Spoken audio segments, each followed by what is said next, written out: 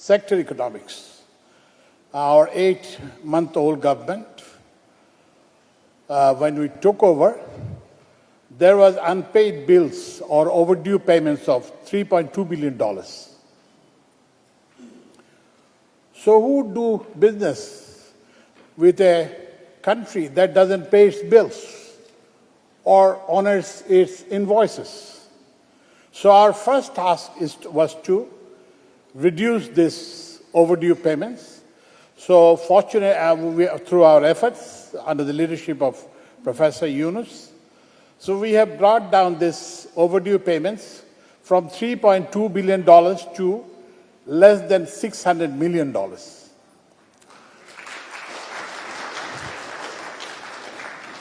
To give an example that will resonate here very well, we owed Qatar Energy $254 million. And as of today, there is not a single dollar due to Qatar Energy.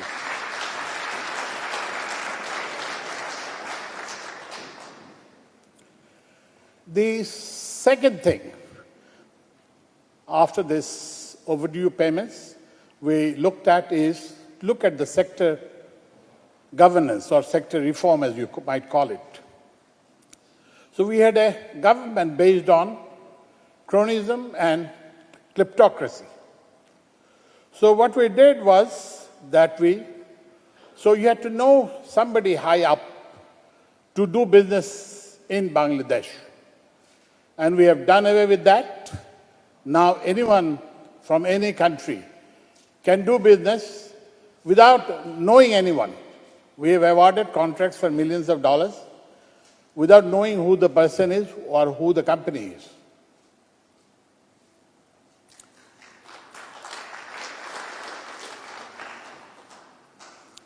So to give you an example, that we import crude oil and also refined petroleum products. So we used to receive 4 or 5 bids. Then what we did was there are some restrictions in the tenders, so we lifted them. We received 10 bids, and then the price was 35% lower. So giving us an annualized saving of 1,500 crores taka for 6 months procurement. The same happened with our LNG. There are 3 ways of doing business in Bangladesh today: open tender, and then G2G between 2 government entities, and also public-private partnership. So now I'll tell you a little bit about the 3 sectors that I look after: power and energy, road transport and bridges, and also the railways.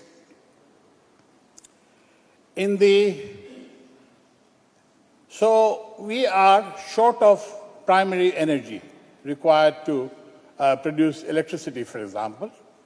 So we are importing LNG, as I told you before, through both long-term contracts and also spot purchases.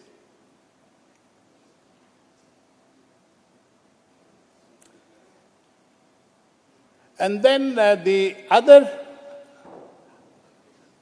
we have 2 FSRUs for import of LNG.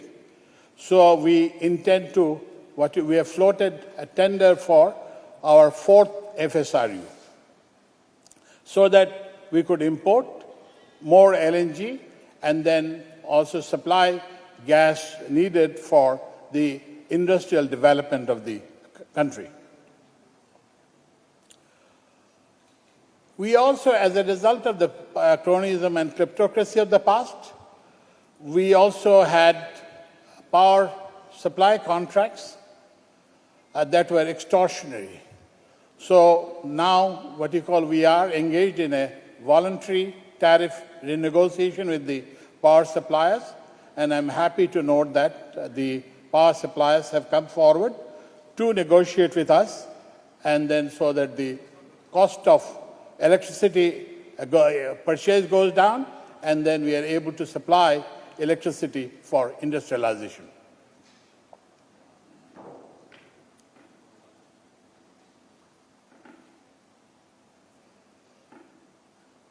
So the opportunities in the energy and power sector is, we have FSRUs, we have floated tender for this, and then we are also looking for our refinery capacity expansion of, so we are looking for 2 additional refineries of what you call 5 million metric tons each.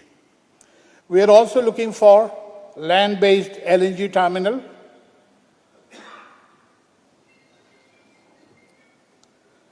and also we have started what you call going big for renewable energy, and we should tender for 5,000 megawatt peak of renewable energy, solar energy. Now coming to the railways. Again, there was this unplanned extension of lines, railway lines, without making arrangement for sufficient locomotives